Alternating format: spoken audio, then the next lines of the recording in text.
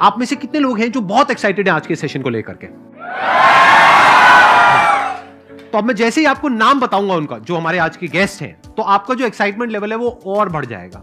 ये बताने से पहले कि गेस्ट कौन है, मैं आपको थोड़ा सा बताता हूं YouTube के बारे में। YouTube में क्या है कि पूरे वर्ल्ड की अगर बात करी जाए तो करोड़ों चैनल्स हैं जो अलग अलग जॉनर्स में हैं, अलग अलग कैटेगरीज में हैं।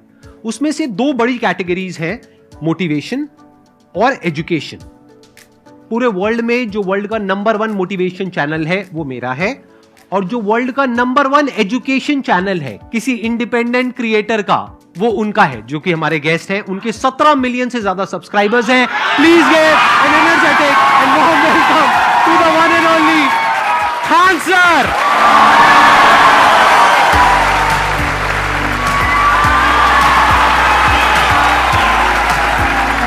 क्या हाल जी, कैसे हैं आप?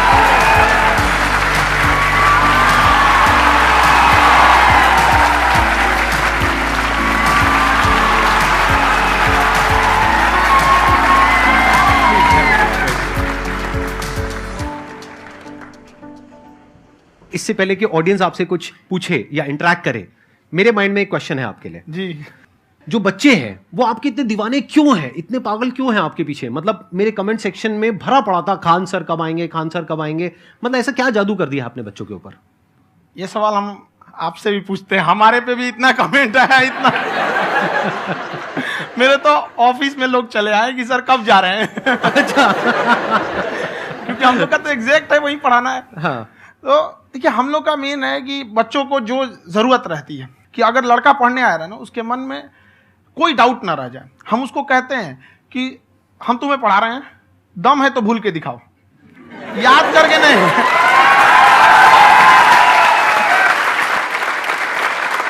प्लस आप जिस प्राइस पॉइंट पे पढ़ा रहे हैं, आई थिंक वो सबसे कम है, वो बहुत ही कम है। सर ये जो फीस का कल्चर है, ये हमारा इंडियन कल्चर नहीं है।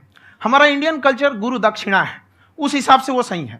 ऑक्सीजन जैसे जिंदगी के लिए जरूरी है, वैसे एजुकेशन जरूरी है। कोई ये नहीं कह सकता है कि पैसे की वजह से वो खान सर के यहां से लौट गया। क्या बात है।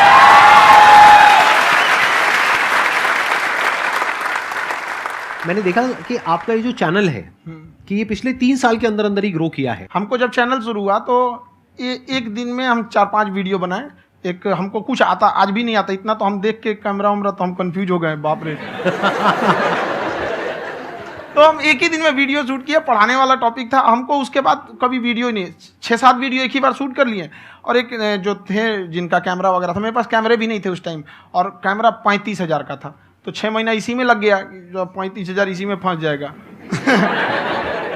तो उनके कैमरे से शूट किए, उन्होंने कोई चार्ज लिया, उसके बाद हम छोड़ ही दिए। लॉकडाउन लगा, तब हम कहें आप कैसे पढ़ाएंगे, वो तो 1 दिन 2 दिन करते करते अचानक लंबा हो गया। तब हमको याद आया कि ओहो, मेरा एक चैनल भी है वहाँ पे। तो उस समय उस पर लगभग 30,000 सब्सक्राइबर हो चुके थे। तो जैसे लॉकडाउन लगा तो उस पर पढ़ाना चालू किया, और पता नहीं क्या लोगों को पढ़ाई में इतना इंटरेस्ट आ गया कि आपका स्टाइल ऐसा है थोड़ा सा, आप आई थिंक पढ़ाई के साथ साथ में जो बीच बीच में आप थोड़ा बहुत छोड़ते रहते हैं ना, मतलब जो एंटरटेनमेंट चलता रहता है। ये बात हम देखिए, जब हम गुलाम थे ना, तो अंग्रेजों ने एक चाल चला था कि भारत को हम फिजिकली गुलाम रखेंगे 100-200 साल, मेंटली 1000 साल कर देंगे। उन्होंने पढ़ाई का मॉडल चेंज कर दिया। उन्होंने ऐसा डिजाइन किया कि ये टीचर की रिस्पॉन्सिबिलिटी है, वो पढ़ा के चला जाए। टीचर की रिस्पॉन्सिबिलिटी यहां खत्म नहीं हो जाती है। पढ़ाना तो कोई भी पढ़ा सकता है, टीचर की इससे बड़ी रिस्पॉन्सिबिलिटी होती है उसे समझाना। वो समझा कि नहीं समझा।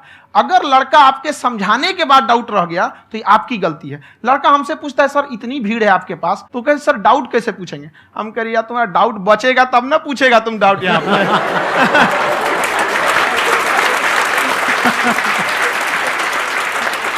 कॉन्फिडेंस नेक्स्ट लेवल है खान सर का, मानना पड़ेगा। और शायद यही वजह है इनकी जो ग्रोथ है उसका। किसी ने शायद सपने में भी नहीं सोचा होगा कि पिछले 2 साल के अंदर अंदर जो आपके चैनल की ग्रोथ हुई है, जैसे आप खुद ही बता रहे हैं कि लॉकडाउन के टाइम पे आपके 30,000 के करीब सब्सक्राइबर्स थे, आज की डेट में 17 मिलियन है। और मेरा एक क्वेश्चन और है, इससे पहले कि ऑडियंस में से आपसे कोई क्वेश्चन पूछे, कि कई बार आप ऐसे भी टॉपिक्स टच करते हैं जो थोड़े से कंट्रोवर्शियल हैं या थोड़े से सेंसिटिव हैं, जिसके ऊपर बात करने की हिम्मत आई थिंक बहुत ही कम लोगों में है। तो आपको कभी ये नहीं लगता है कि कहीं ज्यादा तो नहीं हो रहा है, इसको थोड़ा रोक देते हैं, थोड़ा कम कर देते हैं? क्योंकि कोई लाइन ही नहीं है वैसे तो बोलने को, तो आप कुछ भी बोल दो, कितना भी बोल दो। हुई है कंट्रोवर्सी बहुत बार। एक्चुअली बचपन से हमको फौज में जाना था, और फौज वालों के लिए ये सब मायने नहीं रखता। उसको करना है मतलब करना है, तुम सामने कुछ भी रहो, डजंट मैटर।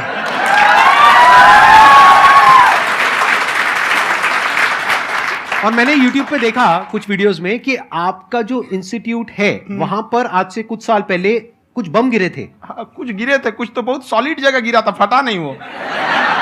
मतलब आपके आसपास? हाँ, बम को भी पता है कि टीचर की इज्जत किया जाता है।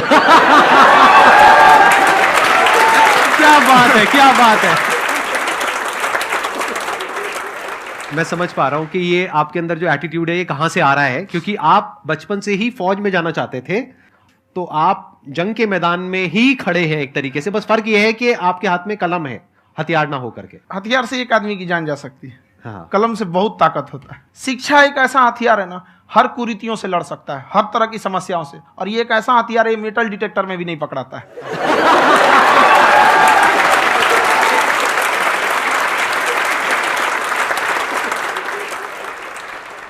मेरा क्वेश्चन ये है कि अभी प्राइवेट ऑर्गेनाइजेशंस में पीटने का, पनिशमेंट का ये सिस्टम जो है खत्म हो गया है। हम आपके वीडियो में देखे हैं सर कि आप एक बड़ा सा रोल रखे रहते हैं, पुलिस वाला लाठी है वो, पुलिस वाला लाठी है, और स्टेज पे बुला के बच्चों को उसी से धुनाई शुरू कर देते हैं मस्त एकदम से, है ना।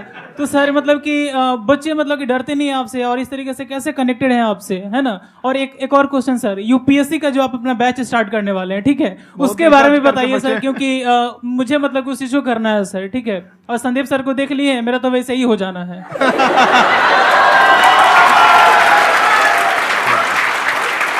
क्या हो जाना है? मेरा पूरा कंप्लीट करो। I'll be an IAS officer next year because I have seen you, sir. My day is like complete, sir. All the best. Thank you so much, sir. Thank you. पूरा बोला करो। हाँ। Thank you. देखिए, लड़कों को जहां तक पीटने की बात है, जब पढ़ाने की बात आएगी तो उसको हम पूरे बेहतरीन ढंग से पढ़ाएंगे। लेकिन जब सजा देने की बात आएगी ना, तो वो भी बेहतरीन ढंग से होगा। ऐसा थोड़ी होगा कि बस एक ही चीज बेहतरीन ढंग से होगा। और डर का होना बहुत जरूरी है। ये डर भी अपने आप में एक मोटिवेशन है, क्योंकि जब आपके अंदर एक थोड़ा सा डर रहे ना, तो डर के भागिए मत। एक ऐसा डर जिसको आप लगे कि नहीं नहीं थोड़ा सा और करने की जरूरत है, फिर तो ये हम इसको क्रॉस कर जाएंगे आप। तो लड़कों के अंदर ये डर बनाना भी जरूरी रहता है। और रही बात यूपीएससी वाले की, जो आपने बोला, बहुत सारे लड़के वेट कर रहे हैं यूपीएससी की, क्योंकि 2-2.5 लाख फीस सारे लोग एफोर्ड नहीं कर सकते। और हमारा वही रहता है, हम तो ज्यादातर हमारे स्टूडेंट देखेंगे तो किसी के रिक्शा वाला, सब्जी वाला, यही लोग, इनको तो 2.5 लाख रुपया, इनके पास पूरी संपत्ति नहीं होती है, फीस कहाँ से भरेंगे वहां पे, उसके बाद रहेंगे कहाँ से। तो ऑल ओवर इंडिया से, कश्मीर से कन्याकुमारी तक, गरीब से गरीब भी लड़का उसको पढ़ सकता है। यही कुछ 1000 रुपये मंथली, 12-14 हजार साल का पड़ेगा, खत्म हो जाएगा इतना में।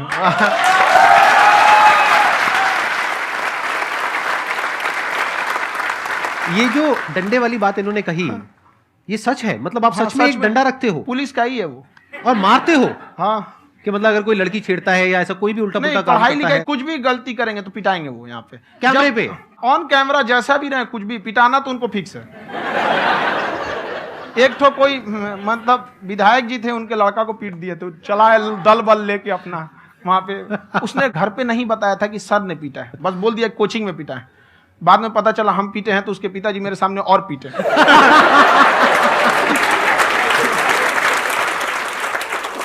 सर आपका सबसे बड़ा डर क्या है, आप दोनों का? फौजी को डरे नहीं लगता है, बाकी अफसर से पूछिए।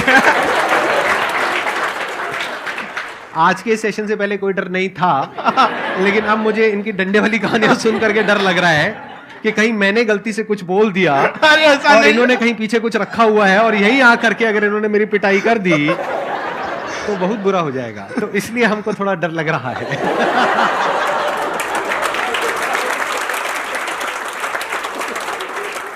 आपकी डेली कितने घंटे क्लासेस होती हैं? 6-7 घंटे। अभी भी खुद ही करते हो आप? हाँ, हमारे स्टाफ परेशान रहते हैं। हम 1:30-2 बजे सोते हैं, सुबह 6 बजे उठ जाते हैं, परेशान रहते हैं। यार इतना क्यों करते हो, है ना? कभी तो उनको भी साथ साथ लगना पड़ता है ना? उनको साथ साथ लगना पड़ता है। हम जग गए तो कोई सोया थोड़ी रहेगा, परेशान रहते, दिन में सोते ही नहीं है बेचारा, कहीं कहीं जाके सोते रहता है। हम सीट बांध दिए कि भाई तुम इस समय सो जाना, तुम इधर सो जाना। आपकी शादी हो गई या नहीं हुई अभी? मेरी खुशहाली देख के आप आइडिया लगा सकते हैं।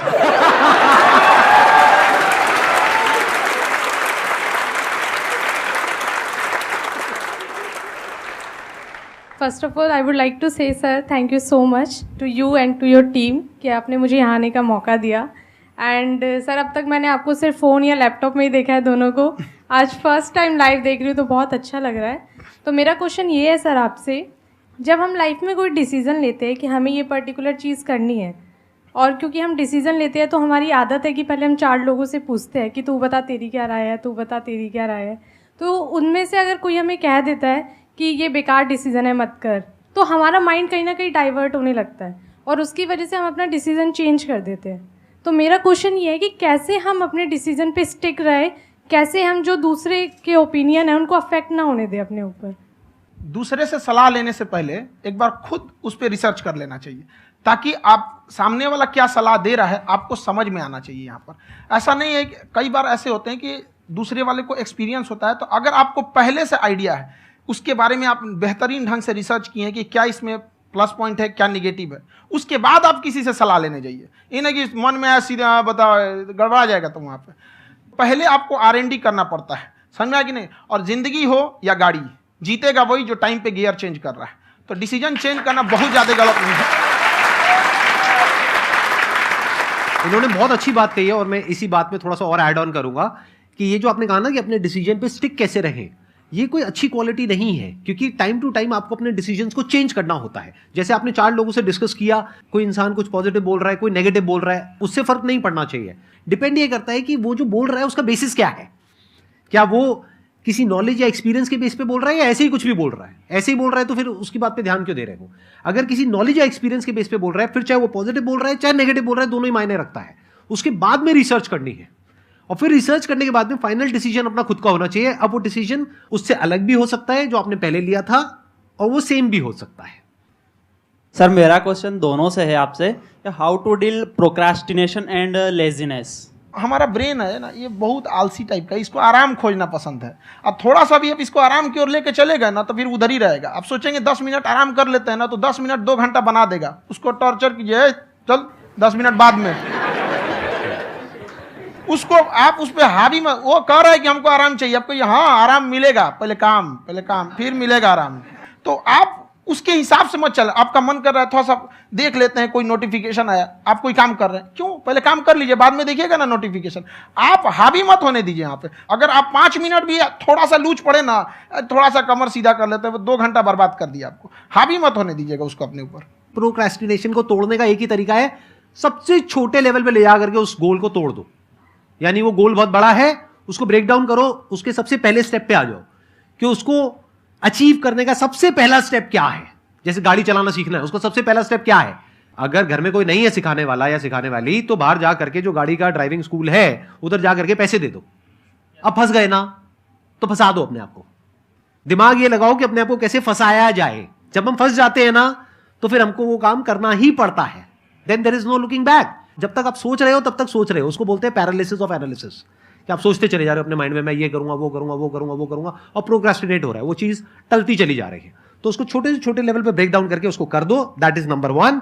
और जैसे ही करना शुरू करते हो, कोशिश करो कि उसको जब तक कि आप सही से नहीं कर लेते हो उसको छोड़ना नहीं है, तो आपकी लेजीनेस भी खत्म हो जाएगी। कई लोगों को तो हमने देखा जो सप्ताह में कुछ भी नहीं करता, वो भी संडे को आराम कर रहा है।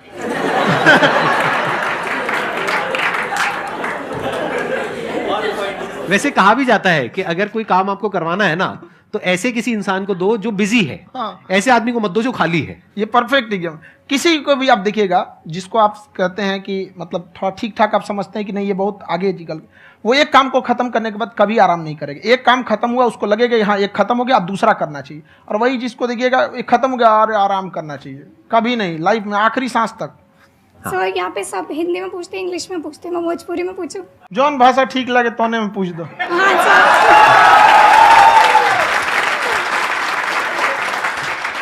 सर ये पूछे के चाहते नहीं कि जैसे हमने के पढ़ाई करी नहीं सर, तो कभी कभी डेली टारगेट्स जो होला वो कंप्लीट ना होला।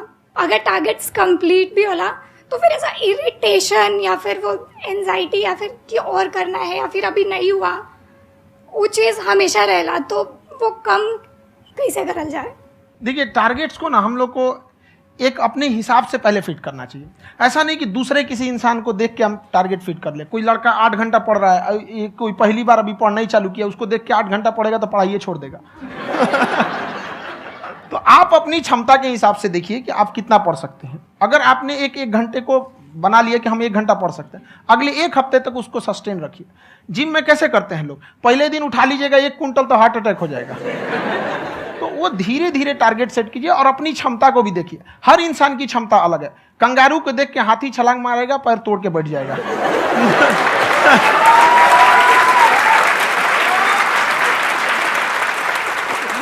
अब संदीप सर का मोटिवेशन देख के इसका मतलब क्या कि ट्रेन के आगे खड़ा हो जाएंगे, ढकेल देंगे तुमको। हालांकि ऐसा कर देते हैं, लेकिन ऐसा करिएगा लोग नहीं, क्षमता पता होना चाहिए। आपके अंदर एंजाइटी हो रही है कि मैंने कर तो लिया है। आप ये नहीं कह रहे कि मैंने कुछ भी नहीं किया है फिर मेरे को एंजाइटी हो रही है। आप ये कह रहे हो मैंने काफी कुछ कर लिया है फिर भी एंजाइटी हो रही है कि कहीं कुछ छूट तो नहीं गया है। तो बेसिकली आपको ये देखना है कि अगर आपके अंदर ये एंजाइटी हो रही है, that means you are a very good student. आप एक अच्छे स्टूडेंट हो। क्यों? क्योंकि बहुत सारे स्टूडेंट्स तो ऐसे हैं उनको पढ़ने के नाम से एंजाइटी होती है। तो आपको एंजाइटी हो रही है कि मैंने पढ़ लिया, दिन में मानो 8 घंटे का आपने टारगेट सेट किया और 6 घंटे पढ़ लिया, या मान लो 8 घंटे भी पढ़ लिया, फिर भी एंजाइटी हो रही है कि मैंने 10 घंटे नहीं पढ़ा।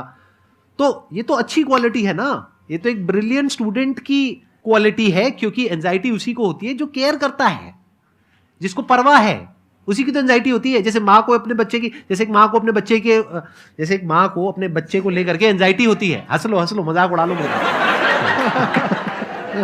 कोई बात नहीं, एडिट कर देंगे इसको हम। हाँ।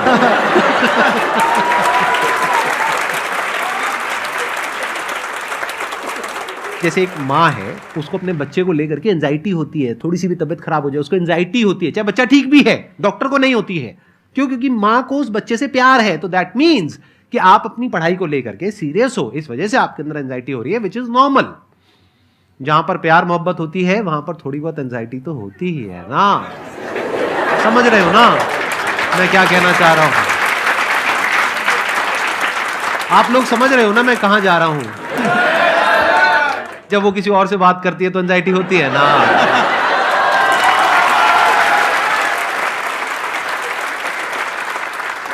सर, आपकी स्टोरी हमने सुनी थी, तो एक टाइम आया था जब आप गंगा किनारे जाके बैठ गए थे। उस समय आपको कुछ समझ नहीं आ रहा था, तो उस समय मतलब आपने ये डिसीजन कैसे लिया कि अब आगे नहीं, यहाँ से वापस जाना है? रास्ता ही नहीं था। घर जाने के लिए एटलीस्ट 90 रुपए चाहिए थे, जेब में 40 रुपए थे। कैसे घर जाते हैं? और हम गंगा के किनारे चुपचाप बैठे बैठे हम कहें कि अब बहुत टेंशन हो गया, अब घर जाना चाहिए। रूम पे, तो किराए के रूम पे ही आदमी सारे लोग रहते। गए वहाँ पे तो रूम लॉक हो गया था। तुम खटखटाए तो ऊपर से गुस्सा से बोले जो ऑनर थे, क्या टाइम हो गया है? तुम कहे 9-10 बज रहा होगा। घड़ी देखिए तो 2 बज रहा था रात का, 2-2:30 बज गया था वहाँ। टेंशन में आप तो होता है, कई बार ऐसा समय आएगा कि लगेगा जैसे अब कुछ नहीं हो सकता है। तो इससे घबराना नहीं है। कभी कभी गुच्छे की आखिरी चाबी भी ताला खोल देती है। जो बातें आपने बताई कि घर में प्रॉब्लम ये तो बहुत लोगों ने फेस करी वहां पर। आप अकेले नहीं है, बहुत लोगों ने ये प्रॉब्लम्स फेस करी, बहुत तरह की प्रॉब्लम्स देखी, बहुत तरह की स्ट्रगल्स देखी, लेकिन वो सब इतने कामयाब नहीं हो पाए जितने कि आप हुए। तो आपके अंदर ऐसा कुछ ना कुछ है जो औरों के अंदर नहीं है। तो वो मैं जानना चाह रहा हूं कि वो ऐसा क्या था जहां से कि आपका दिमाग यहां तक सोच पा रहा है कि मैं पूरे इंडिया में इतने बड़े लेवल का चेंज लेकर के आ सकता हूं, एजुकेशन फील्ड में रेवोल्यूशन लेकर के आ सकता हूं। ये सोचना ही बहुत लोगों के बस का नहीं है। मेरी एक खुद की थिंकिंग, अगर हमको कोई 100 रुपए किसी काम के लिए दिया, हम सबसे यही कहते हैं, तो हम कोशिश करते हैं उसे 200 का रिटर्न दे। अगर कोई हमसे 200 रुपया फीस दे रहा है, 250 दे रहा है, तो हम उसको ये कोशिश करते हैं कि तुम्हें ऐसा लगे कि नहीं भैया हमने 10-20 हज़ार का पढ़ लिया यहाँ पर।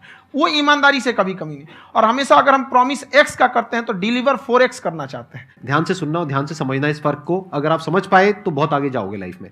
एक वो होते हैं जो ये सोचते हैं कि हमें सब कुछ मिल जाए, हमें कुछ भी करना ना पड़े। दूसरी कैटेगरी होती है लोगों की जिनको जितना मिलता है उसमें भी चोरी चकारी करते हैं या कोशिश करते हैं कि उससे कम दे सामने वाले को जितना कि हमें मिल रहा है।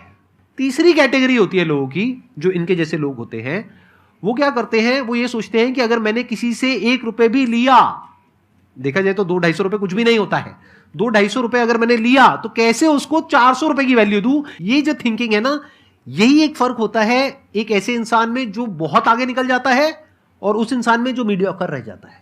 आप अपने आप को अपने आप के ऊपर समय दीजिए, उसको डेवलप कीजिए। जब आप अपने आप के ऊपर खर्च करते हैं तो आने वाले समय में लोग गूगल पे आपको सर्च करते हैं।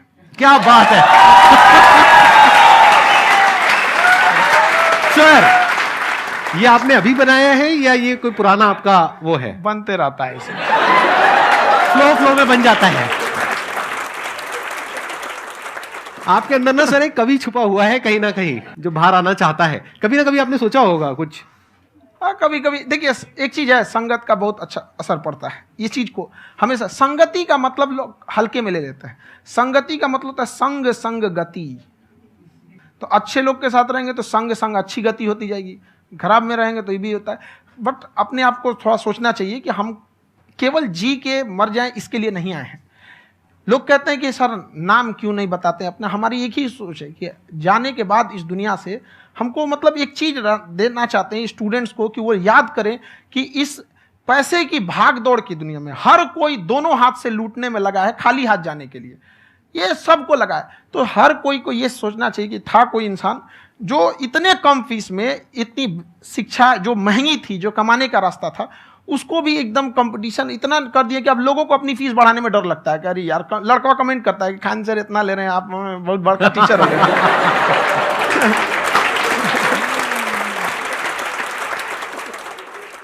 खान सर की एक क्लिप है, ये समय और समझदारी में बहुत फ़र्क होता है। अगर समय रहते समझदारी आ गई तो इंसान कामयाब हो गया, लेकिन अगर समय चला गया फिर समझदारी आई फिर तो बेकार है। तो सर मतलब कुछ आपको ऐसी चीज़ लाना चाहिए जो मतलब बच्चों जो तैयार हो रहे हैं उनको ये चीज़ें मतलब एंड टाइम पे दिखे। समझ रहे हैं आप मेरी बात? नहीं समझ?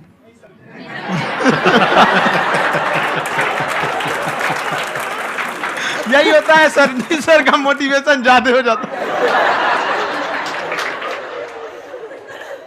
जब आप स्ट्रगलिंग फेज में हैं तो कम से कम चीजों को अपने ऊपर खर्च कीजिए, ज्यादा से ज्यादा सीखने में खर्च कीजिए। अगर आपको राजा बनने का शौक है तो गुलाम की तरह मेहनत करना सीखिए, तब राजा बनेंगे।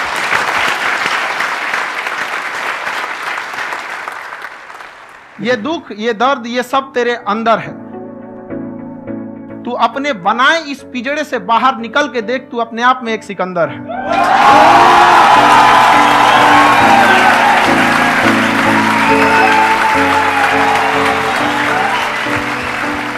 Thank you so much sir for coming.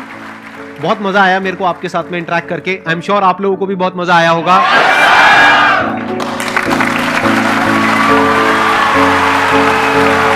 Thank you so much.